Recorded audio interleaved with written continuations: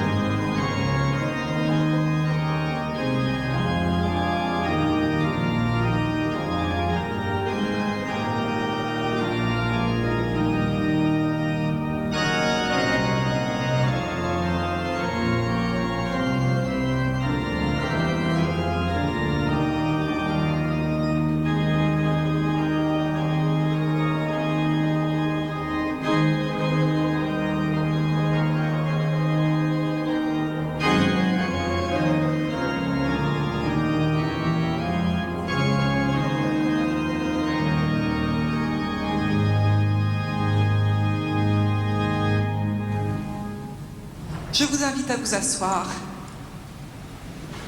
et je vais inviter Denis à me rejoindre pour vous raconter une petite histoire de Noël. Il était une fois un village loin, très loin, un village où régnait la nuit. Il y avait des nuits de pleine lune et des nuits remplies d'étoiles. Et quand la nuit était trop noire, on allumait des lampes, toujours plus de lampes. Mais c'était toujours la nuit. Et la ville vivait dans la nuit. Les écoliers allaient en classe la nuit, le jardinier cultivait la terre la nuit, le boulanger faisait son pain la nuit. Le fiancé attendait la lettre de sa fiancée la nuit. La grand-mère, dans son fauteuil, attendait une visite, mais la nuit. Et la maman préparait le repas avec amour la nuit. La nuit, toujours la nuit. Une nuit, un événement inhabituel survint. Un étranger arriva dans le village. « Regardez, regardez, voici quelqu'un qui approche. » « Bonjour, boulanger. Je voudrais un pain. » « Voilà, vous voulez autre chose. » »« Je suis seulement de passage. Sauriez-vous, je pourrais dormir ? » ?»« Bien sûr, c'est tout à fait possible. » »« Mais dites-moi, pourquoi fait-il déjà nuit chez vous ? » ?»« Nuit, mais c'est toujours la nuit. » »« Pas toujours, pas partout. Je viens d'un pays où le soleil se lève le matin et se couche le soir, où l'herbe est verte, le ciel bleu, et les coquelicots rouges sous les rayons du soleil.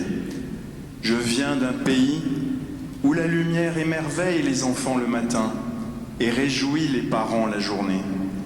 Je viens d'un pays où l'ombre n'est pas tout, mais seulement la marque du repos, le soir, quand la lumière s'estompe. Cette lumière, c'est le jour. Et le jour, pour y voir, on n'a pas besoin de lampe. Pas besoin de lampe. Nous n'avons jamais entendu parler d'une chose pareille. Le jour.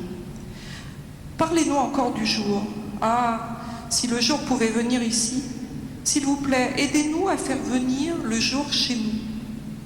Je ne sais pas pourquoi il ne vient pas aussi chez vous, le jour. Et je ne sais pas non plus comment le faire venir. Peut-être qu'il faut simplement attendre et espérer sa venue. Oui, mais comment attendre le jour ?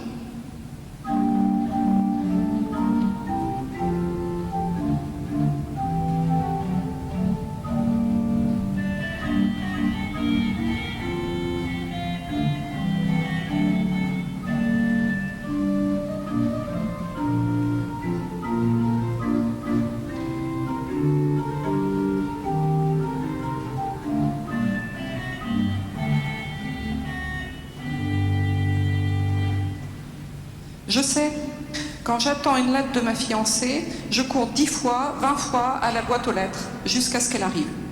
C'est sûrement comme ça qu'il faut attendre le jour, comme une lettre d'amour. Une personne âgée dit aussi « Moi, je sais. Toute la journée dans mon fauteuil, j'attends qu'une main tourne la poignée de ma porte et que quelqu'un me rende visite. C'est sûrement comme cela qu'il faut attendre le jour, vous ne pensez pas ?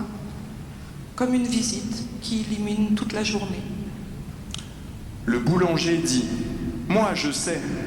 Toute la journée dans mon fauteuil, j'attends qu'une main tourne la poignée de ma porte et que quelqu'un me rende visite. » Alors, c'est pas le boulanger qui dit ça, c'est la vieille dame. Ah oui. Bah si. Non, le boulanger, il dit « Moi, je sais.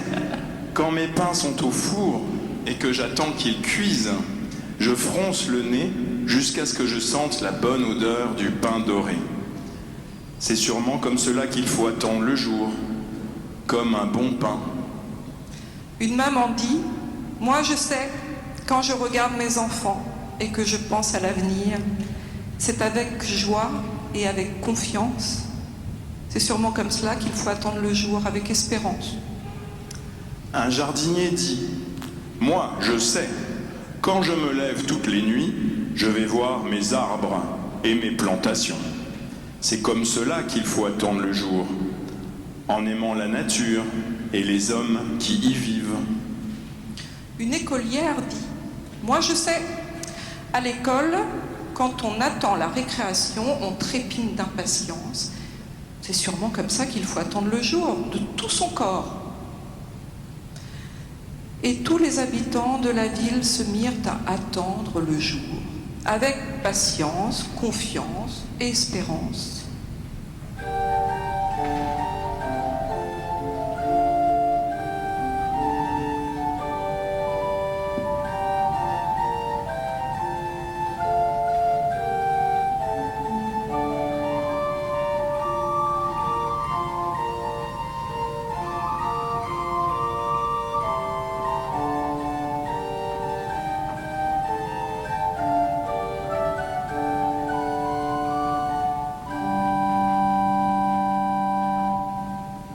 Bientôt, un homme et une femme se présentèrent au village. Ils étaient richement vêtus. Ils étaient descendus d'une très belle voiture. L'homme dit : « J'ai entendu dire que vous cherchiez le jour. Eh bien moi, je peux vous le vendre. Si vous le voulez vraiment, vous vous engagez à payer tous les mois et bientôt, je vous le fais livrer. » Intrigués, les villageois se réunirent. L'un dit : « Cela m'étonne, je ne paie pas les visites de ceux qui viennent me voir. » L'autre doutait : « C'est bizarre, nous ne payons pas l'amour des parents, la confiance non plus. » Ils finirent par refuser l'offre. « Merci beaucoup pour votre offre, mais nous avons décidé de nous passer de vos services. » Comme vous voudrez, mais tant pis pour vous. Et ils partirent vers d'autres acheteurs plus crédules.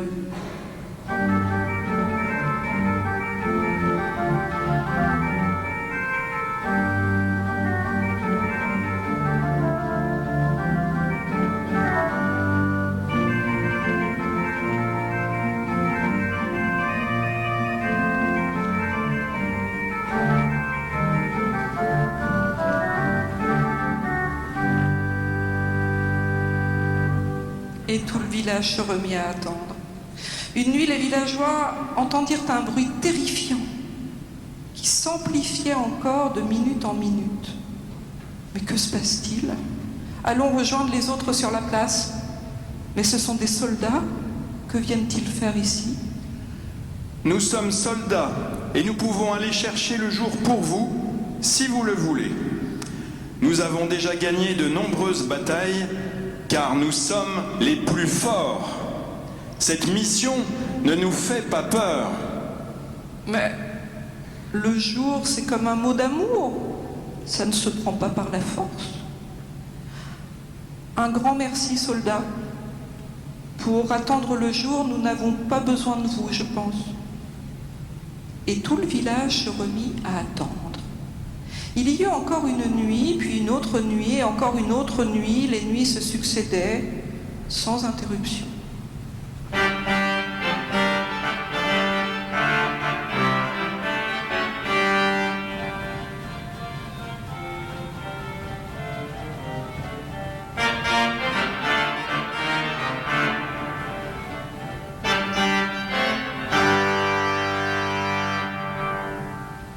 Les villageois avaient pris l'habitude d'attendre. Ils ne savaient plus très bien ce qu'ils attendaient en fait. La visite de l'étranger leur paraissait presque comme un rêve qui avait éveillé en eux un désir fou.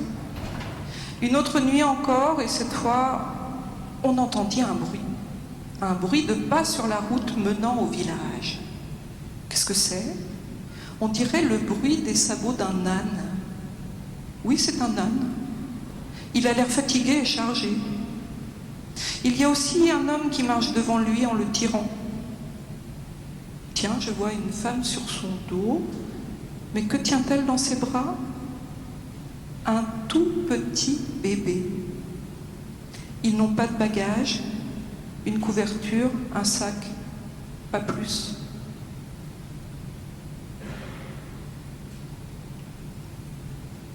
Nous cherchons un endroit pour abriter le petit du froid et prendre un peu de repos. Nous fuyons notre pays car le roi cherche à tuer l'enfant. Pouvons-nous rester chez vous ? Il y a de la place chez moi. Soyez les bienvenus. Plus jamais je ne serai seule si vous acceptez.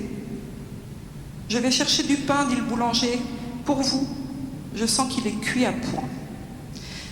Je vais ramasser de quoi faire une bonne soupe. J'ai vu tout à l'heure des carottes bien mûres et des poireaux aussi, dit le jardinier. Nous allons chanter pour endormir l'enfant, dit le musicien. Et comme tout le monde se préparait à fêter l'arrivée des étrangers, alors le jour se leva.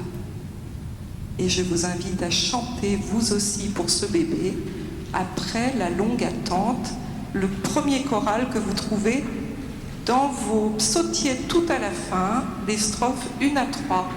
Dans le psautier tout à la fin, vous avez un petit livret avec les chorales et vous allez trouver le numéro 1 après la longue attente.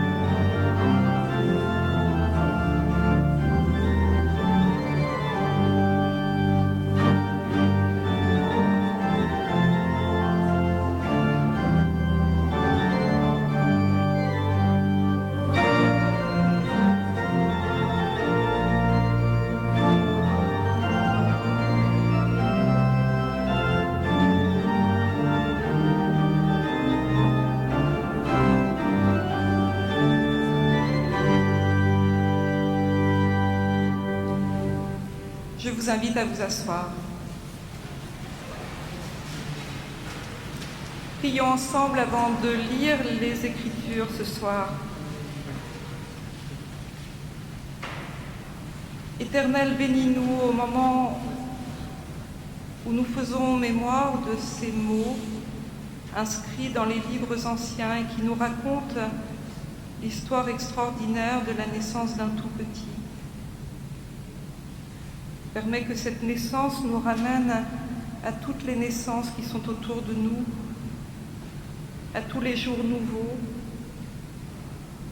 à tous les êtres que nous rencontrons et avec lesquels une nouvelle relation naît. Éternel, bénis notre lecture et notre écoute.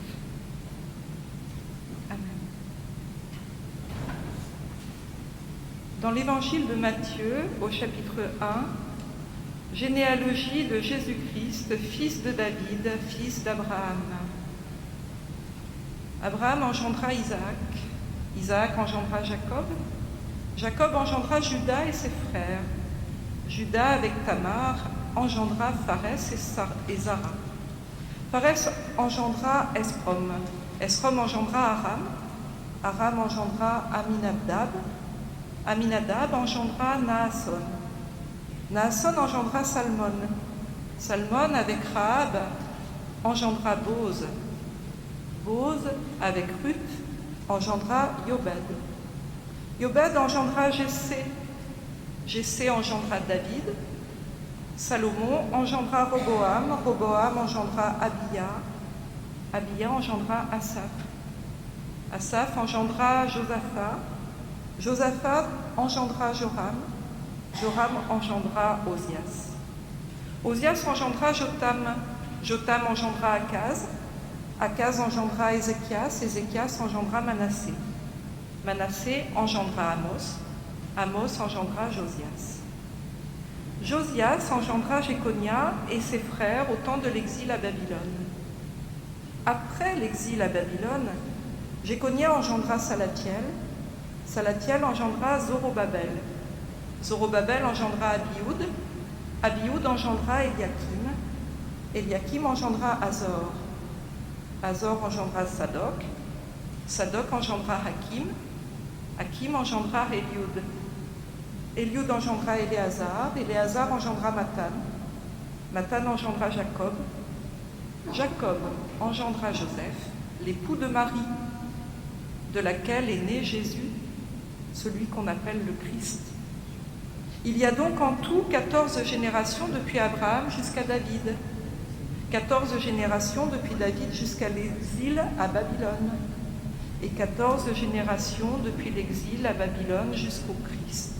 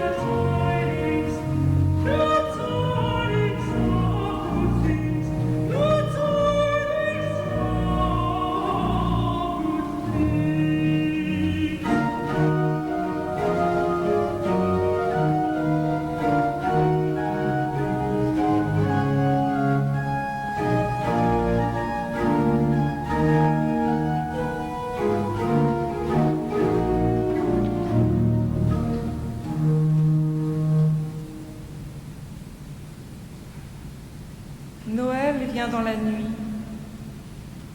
du monde, dans la nuit des humains, dans toutes les nuits qu'il faut traverser dans une existence. Comme la nuit du ventre maternel, avant que la naissance enfin ne vienne et nous inonde de lumière. Noël est un passage de la nuit à la lumière, une histoire de frontière entre le temps d'avant et celui d'après. Noël est un présent, un temps entre deux temps qu'il faut construire constamment. C'est comme cet évangile installé dans le passé qui cherche à dire le présent d'un enfant. La généalogie, c'est la matrice dans laquelle notre vie a vu le jour. C'est la nuit de notre jour. Les temps obscurs où il manque tant d'informations. Le temps voilé qui ne se souvient que de ce qu'il veut du passé.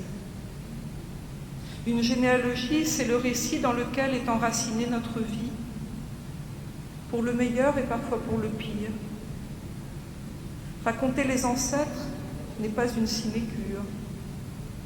On est fier de certains, on les admire, on les imite, on s'en inspire, mais parfois de certains autres, on peut avoir honte, on peut les renier, on les refuser, et alors on voudrait bien du nouveau. Aucun enfant ne naît nulle part. Il a de toute façon sa part dans cette chaîne ininterrompue de naissances qui ont mis au jour des vies formées dans les ténèbres des entrailles du temps. La généalogie, selon Matthieu, est un calendrier de l'Avent. Sa matière est le temps. La question n'est pas qui est Jésus, mais quel moment particulier est Jésus. La généalogie est le temps du récit d'un peuple avec Dieu. Dans le calendrier lunisolaire des Hébreux, se mêle le temps du travail de la terre à celui de l'alliance avec Dieu. Le temps des jours ordinaires et le temps de Dieu. Le temps du quotidien et le temps du religieux. Les générations se succèdent selon le rythme de la lune et du soleil, dans un essai d'harmonisation constante des temporalités divines et humaines. 14 générations se succèdent d'Abraham jusqu'à David, comme les 14 jours qu'il faut à la lune pour accomplir ses phases. Les anciens comptaient ainsi dans leur calendrier. D'obscurité en croissant de lune, de croissance en déclin, la généalogie mesure le temps du salut en existence humaine. 14 générations, du Père des croyants au roi d'Israël. 14 vies et récits de vie pour accomplir une promesse. Des vies en mouvement, comme celle d'Abraham. Des vies qui trichent, comme Jacob le talonneur, celui qui tenait le talon de son frère, de son jumeau, et qui sera père de 12 tribus après lui avoir pris le droit d'aînesse. Des vies qui s'adaptent aussi, comme celle de Judas, qui épouse une Cananéenne et aura 2 fils de la femme de son fils défunt.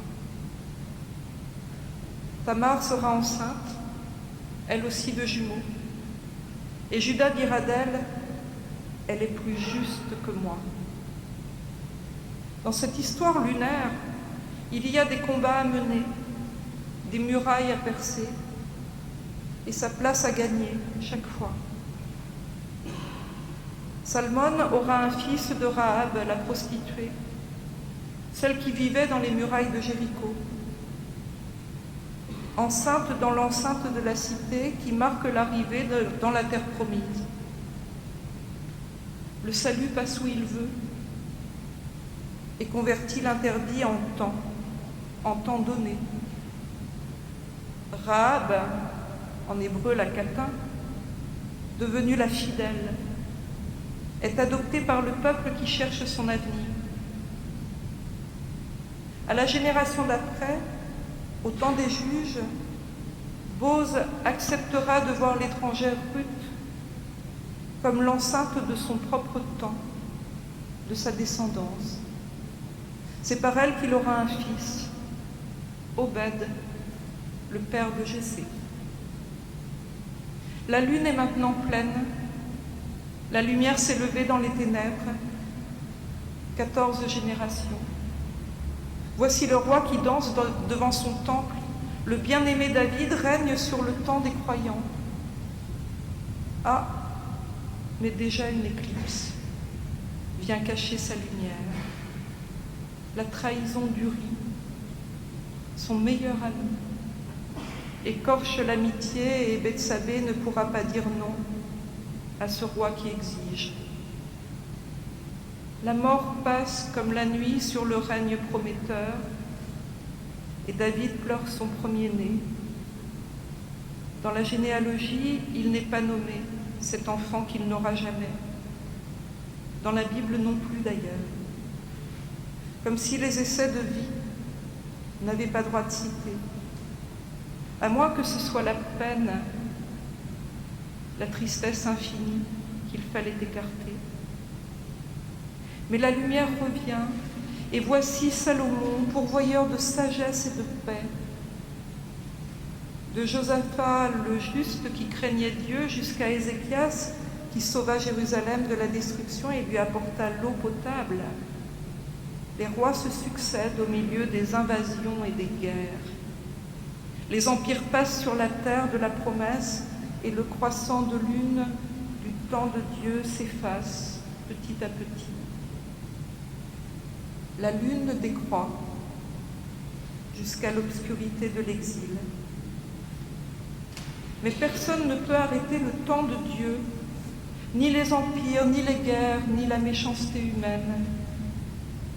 Comme une pliure du temps, l'exil marque la page où s'inscrit l'histoire du peuple de Dieu.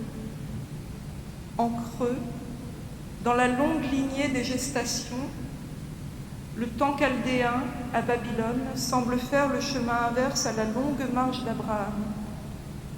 Retour à la case départ, mais la pliure n'est pas rupture.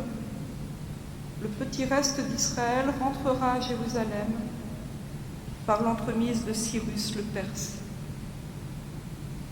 Alors c'est un autre temps qui commence, un temps liturgique, le temps du temple, un temps qui se compte en prière, fait d'encens et de sacrifices.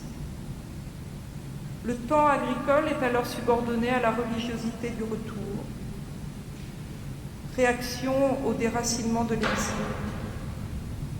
Zorobabel, le gouverneur judéen, ramène son peuple vers le temple. Le temps nouveau sera religieux ou ne sera pas. Temps des prêtres. Les 14 générations qui suivent sont celles de la sacralité de la vie. Et c'est sous le signe d'Aaron que se placent désormais les descendants d'Abraham. On dit qu'on ne connaît pas les noms de cette partie de la généalogie, mais il semble bien que ces noms soient ceux des prêtres qui se sont succédés jusqu'à la naissance de Jésus. Il ne naît pas de Joseph, la généalogie le dit, descendant des tribus du travail de la terre, de Boz le moissonneur et de Salman le guerrier. Jésus descend d'une femme faite temple pour l'occasion, Marie, descendante de la lignée du grand prêtre Aaron, frère de Moïse. D'un temps à l'autre, la généalogie est passée de la lune au soleil, comme si Jésus était lui-même jour de sabbat, commençant par l'apparition de la première étoile, jour offert à Dieu seul. Nous sommes faits de temps, et nos récits de vie inscrivent nos existences sur de grands calendriers, de pliures en déchirure, de temps bénis en temps obscurs. Tout passe, seule la promesse demeure. Et je vous invite à chanter pour cette première méditation d'un arbre séculaire, les strophes 1, 2 et 3, le 103 dans les louanges et prières.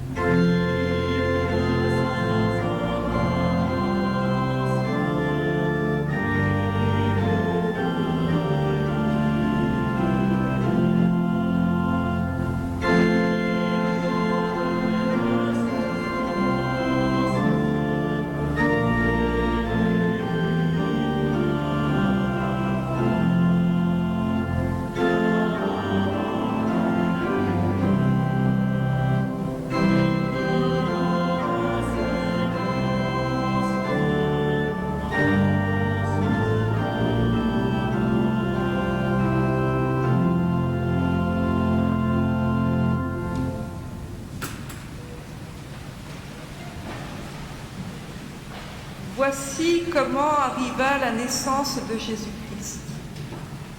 Marie, sa mère, était fiancée à Joseph. Avant leur union, elle se trouva enceinte par le fait de l'Esprit Saint. Joseph, son mari, qui était juste et qui ne voulait pas la dénoncer publiquement, décida de la répudier en secret. Comme il y pensait, l'ange du Seigneur lui apparut en rêve et dit : « Joseph, fils de David, n'aie pas peur de prendre chez toi Marie, ta femme, car l'enfant qu'elle a conçu vient de l'Esprit Saint.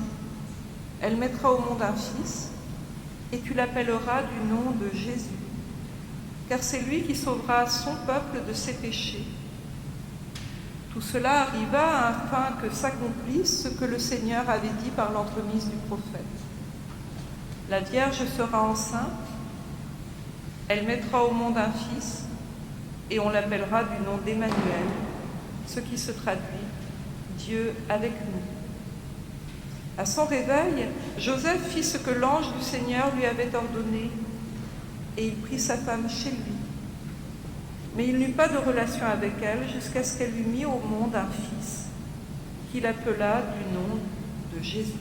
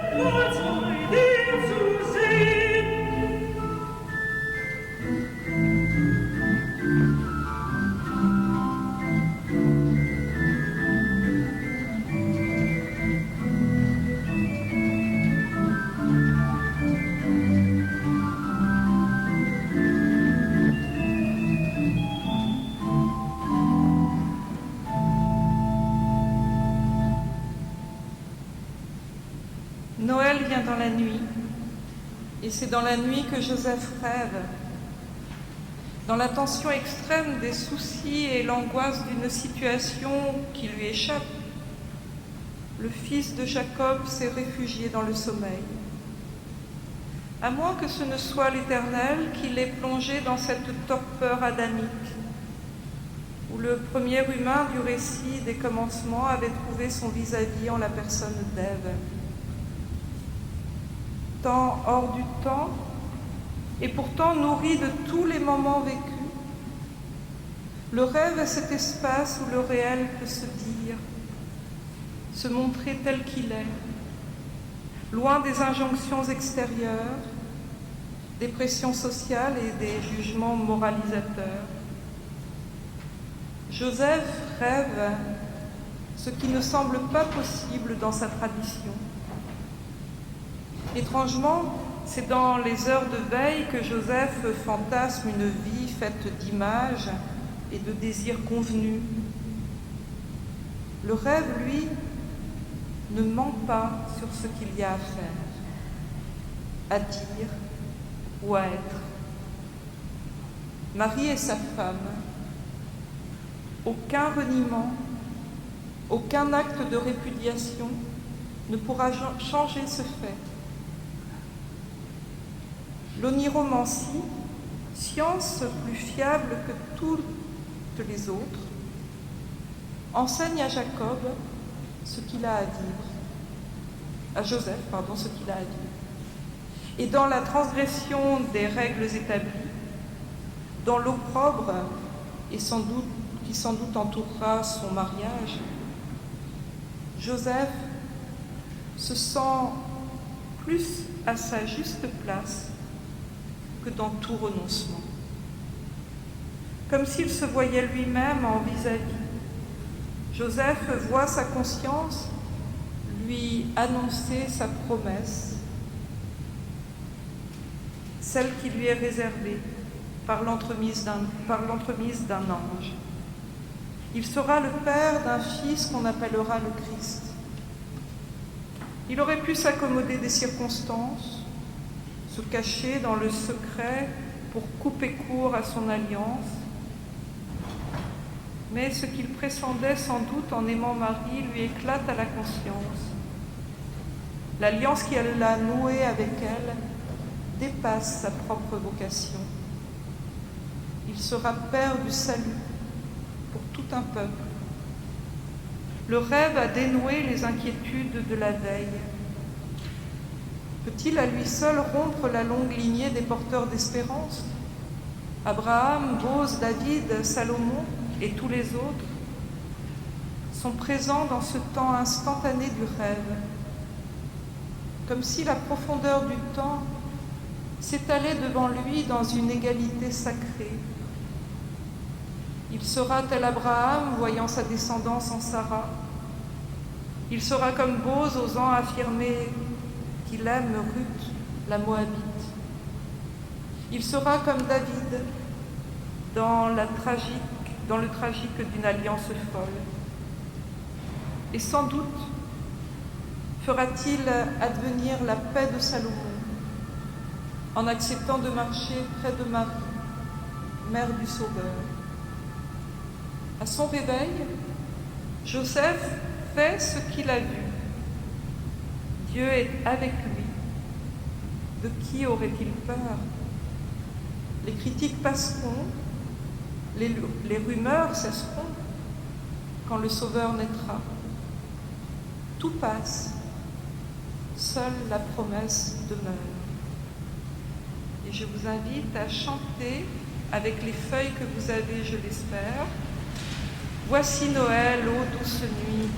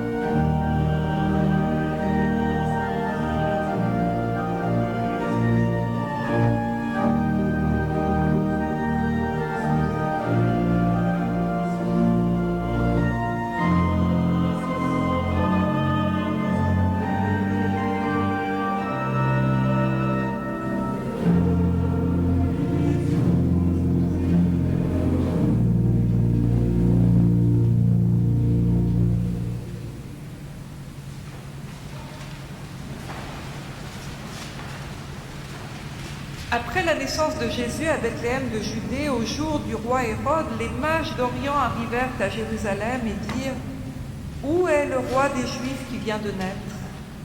Car nous avons vu son étoile en Orient et nous sommes venus nous prosterner devant lui. » À cette nouvelle, le roi Hérode fut troublé et tout Jérusalem avec lui. Il rassembla tous les grands prêtres et les scribes du peuple pour leur demander où devait naître le Christ. Ils lui dirent à Bethléem de Judée, car voici ce qui a été écrit par l'entremise du prophète. Et toi, Bethléem, terre de Juda, tu n'es certainement pas la moins importante dans l'assemblée des gouverneurs de Juda. Car de toi sortira un dirigeant qui fera paître Israël, mon peuple. Alors Hérode fit appeler en secret les mages et se fit préciser par eux l'époque de l'apparition de l'étoile. Puis il les envoya à Bethléem en disant « Allez prendre des informations précises sur l'enfant. Quand vous l'aurez trouvé, faites-le moi savoir, afin que moi aussi je vienne me prosterner devant lui. » Après avoir entendu le roi, ils partirent. Or, l'étoile qu'ils avaient vue en Orient les précédait. Arrivée au-dessus du lieu où était l'enfant, elle s'arrêta. À la vue de l'étoile, ils éprouvèrent une très grande joie. Ils entrèrent dans la maison, virent l'enfant avec Marie, sa mère, et tombèrent à ses pieds pour se prosterner devant lui. Ils ouvrirent ensuite leur trésor et lui offrirent en présent de l'or, de l'encens et de la myrrhe, puis, divinement avertis en rêve de ne pas retourner chez Hérode, ils regagnèrent leur pays par un autre chemin.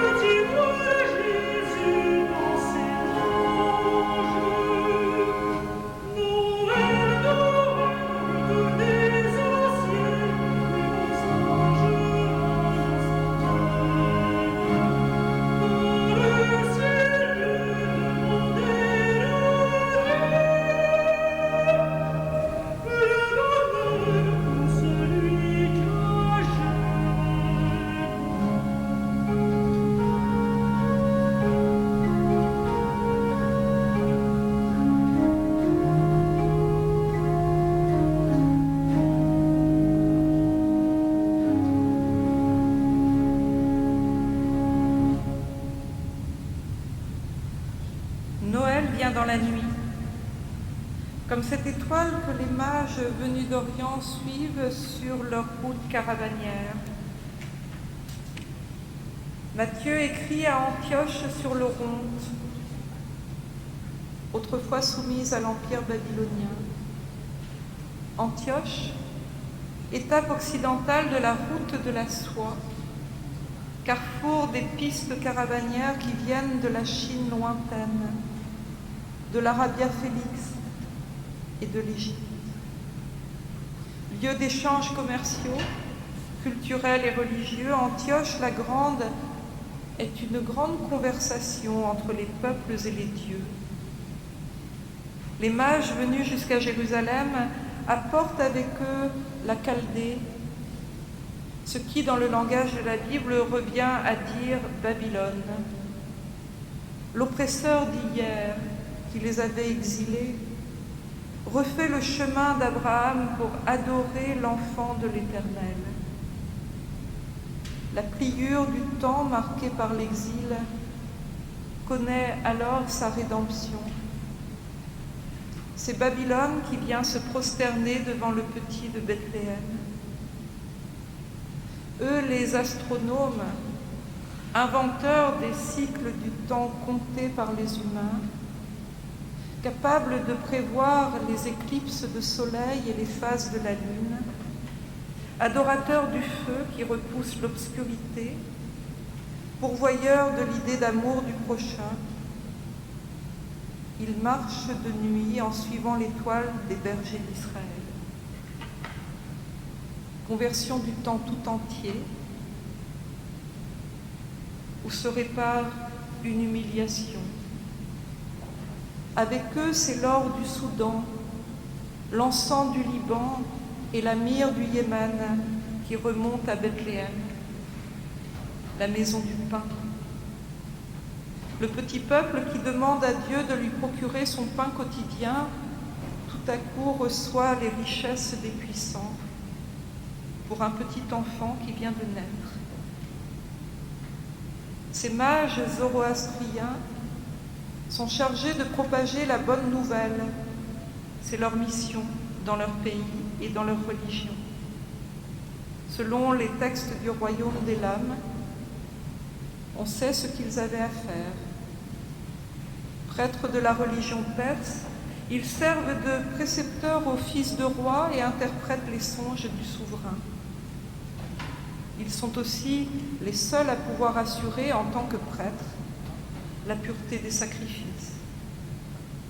Ils ont tant en commun avec cette famille installée dans une étable. Marie, la descendante d'Aaron le prêtre, Joseph, le descendant du ministre rêveur qui était en Égypte, et Jésus, bonne nouvelle pour un monde dans la nuit. Noël vient dans la nuit, comme une frêle lumière sur nos vies. Noël vient convertir l'espace en temps et le temps des calendriers en éternité. Les guerres ne dureront pas toujours. Les exilés pourront rentrer dans leur patrie. Les humiliés d'hier seront honorés dans leur dignité retrouvée et le pain quotidien ne manquera plus. Noël vient dans la nuit, comme un feu qui repousse les ténèbres de la sauvagerie. La naissance de Jésus éclaire notre naissance. Enfants de Dieu, nous sommes inscrits dans le grand calendrier du salut. Notre histoire a commencé bien avant nous, dans la promesse faite à nos devanciers dans la foi, et elle continuera dans les enfants à naître, qui à leur tour inventeront un temps d'où toute larme disparaîtra. Comme le prophète Ésaïe le promettait déjà, ton soleil ne se couchera plus et ta lune ne s'obscurcira plus, car l'Éternel sera ta lumière à toujours, et les jours de ton deuil seront passés.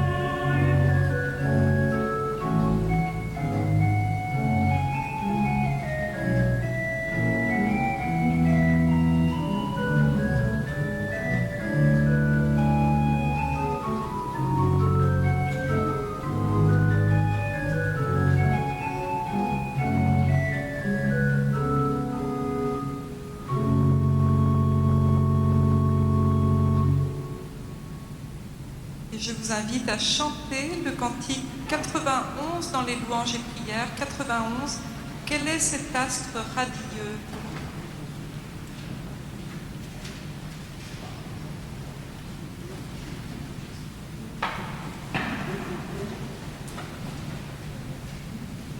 C'est la même mélodie, hein, ne vous inquiétez pas.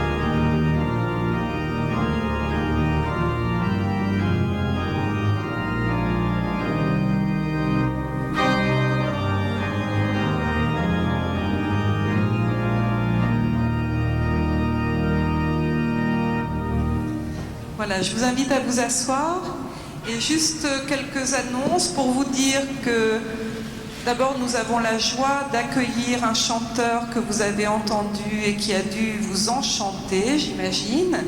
Et c'est Sébastien qui est avec nous, avec David Cassan à la tribune d'orgue, et je vous invite à vous réchauffer en l'applaudissant.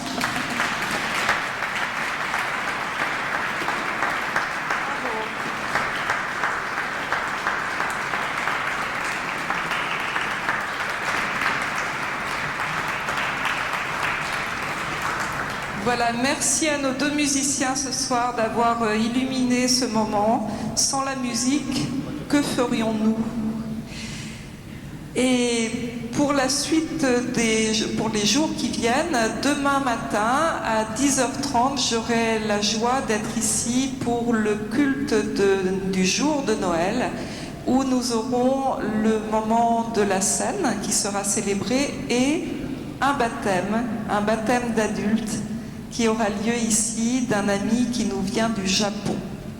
Et vraiment, je vous invite à venir si vous le pouvez, si vous n'êtes pas trop fatigué de votre soirée, venez demain matin pour entourer notre ami qui va recevoir le baptême ici même demain matin. Dans la semaine qui vient, ce sera un peu la trêve des pasteurs, parce que voilà, il y a des moments où il faut savoir se reposer. Et donc mon collègue, mon confrère Robert est actuellement en congé, en famille, et c'est lui qui prendra le relais quand moi-même je partirai. Et le 4 janvier, vous aurez la joie de retrouver Gilles Castelnau, notre pasteur paroissien ici, et qui nous fait l'amitié de venir prêcher dans le premier culte de janvier. Et donc il sera avec vous le 4 janvier. C'est maintenant le moment de l'offrande. Je voudrais remercier toutes celles et ceux qui ont déjà fait leur offrande pour cette année et qui ont aidé ce temple à continuer à annoncer l'Évangile et qui nous encouragent, nous autres pasteurs et le conseil presbytéral, à continuer notre travail ici pour que nous puissions accueillir sans cesse de nouvelles personnes, que nous puissions annoncer l'Évangile dans des formes différentes pour pouvoir parler au plus grand nombre. Et sachez que tout ce qui se passe ici est regardé dans beaucoup de lieux en France et à l'étranger, et que vous participez en donnant à l'Oratoire du Louvre à faire en sorte que d'autres puissent suivre ces cultes sur Internet et parfois se sentir moins seuls aussi. Et donc je crois que c'est une œuvre très belle de pouvoir propager cette parole que nous travaillons ici, que nous élaborons ici. Merci à vous tous donc, à toutes celles et ceux qui ont fait leurs dons. Et puis, bien sûr, j'encourage ceux qui ne l'ont pas encore fait à le faire.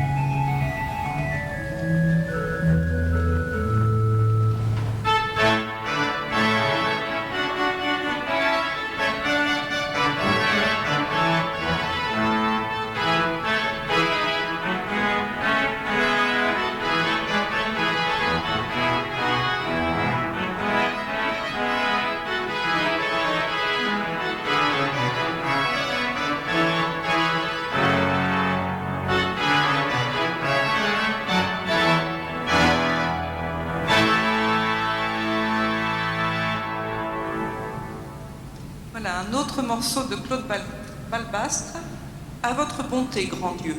C'était presque une offrande, vous voyez, presque une collecte. Alors je vous invite maintenant à un temps de prière ensemble.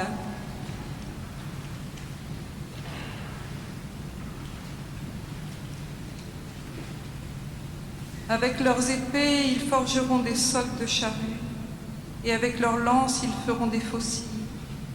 On ne lèvera plus l'épée dans un pays contre l'autre, on ne s'exercera plus à la guerre. Vous, les descendants de Jacob, en route, marchons dans la lumière du Seigneur. Marchons dans cette lumière éternelle et prions pour cette paix que nous attendons tant.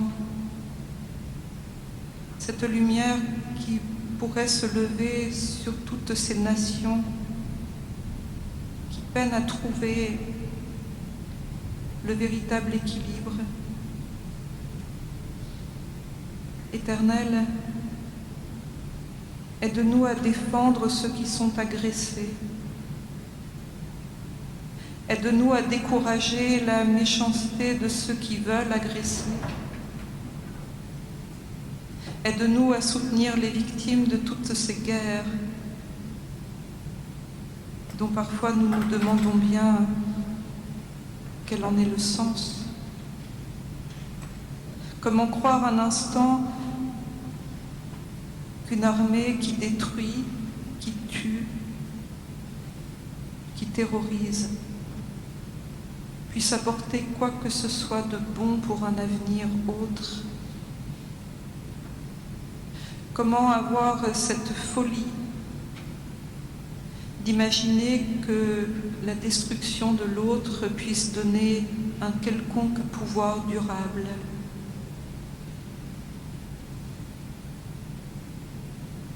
Dans l'orgueil des méchants, apporte ta lumière éternelle et décourage quiconque d'ôter la vie à son frère. Éternel, nous te remettons ce soir tous les petits-enfants qui sont nés dans des pays où l'on craint pour sa vie, que ce soit à cause d'un conflit armé, d'un régime autoritaire, de toutes ces régions du monde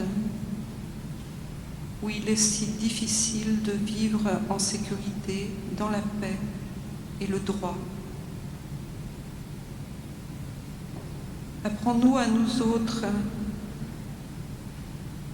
à moins regarder du côté de ce qui nous dérange et à être aussi reconnaissants pour les droits que nous avons acquis. Apprends-nous cette vigilance, que nous soyons toujours enclins à défendre ces droits. Éternel, rappelle-nous que nous ne sommes pas seuls sur cette terre, que nos désirs, nos espoirs, ce que nous voudrions voir advenir pour nous-mêmes ne soit pas le seul but de notre vie, et que nous puissions sans cesse penser à notre prochain autour de nous et à notre société comme une collectivité. Apprends-nous le bien commun et que nous soyons capables d'abandonner un peu de ce qui nous est confortable pour que toutes et tous puissent vivre en paix, en sécurité et puissent construire leur vie avec la même liberté que souvent nous avons la chance d'avoir. Nous te demandons, Éternel, de nous éclairer et de nous rendre attentifs. Permets que nos choix soient de véritables choix pour agir et défendre ce qui est tellement nécessaire à ouvrir l'horizon des uns et des autres. Et ensemble, nous te disons, comme des enfants parlent à leur Père en qui ils ont confiance, notre Père qui es aux cieux, que ton nom soit sanctifié, que ton règne vienne, que ta volonté soit faite sur la terre comme au ciel. Donne-nous aujourd'hui notre pain de ce jour. Pardonne-nous nos offenses, comme nous pardonnons aussi à ceux qui nous ont offensés. Ne nous laisse pas entrer en tentation, mais délivre-nous du mal, car c'est à toi qu'appartiennent le règne, la puissance et la gloire au siècle des siècles. Amen. Je vous invite à chanter le cantique « Ô nuit bienveillante », le 112 « Ô nuit bienveillante ».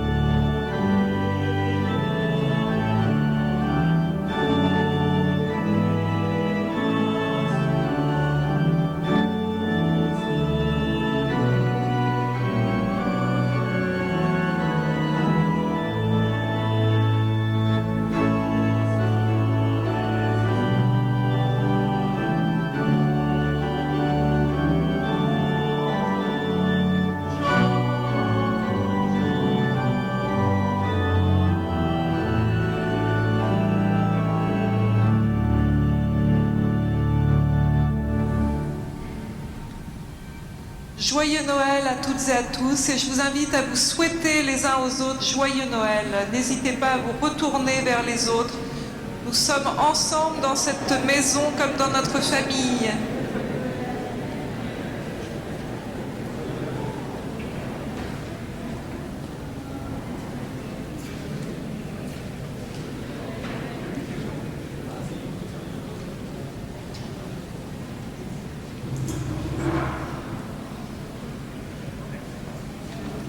Voilà, et je vous invite à recevoir la... Pardon, il y en a qui partaient déjà très vite. C'est vrai que Joyeux Noël peut passer pour un signal. Mais voilà, je voulais qu'on prenne ce temps de se saluer et de se dire du bien, de se souhaiter du bien. Et je vous transmets maintenant cette parole de notre Seigneur. Le Seigneur qui vous bénit, qui vous aime à chacun et chacune tel que vous êtes, qui vous regarde comme le petit enfant que vous avez été toutes et tous un jour dans un petit berceau et qui avez grandi aujourd'hui. Ce Dieu-là vous aime, vous bénit et vous garde. Amen. Et je vous invite à chanter « Il est né le divin enfant » pour ceux qui ont encore le temps avant la dinde.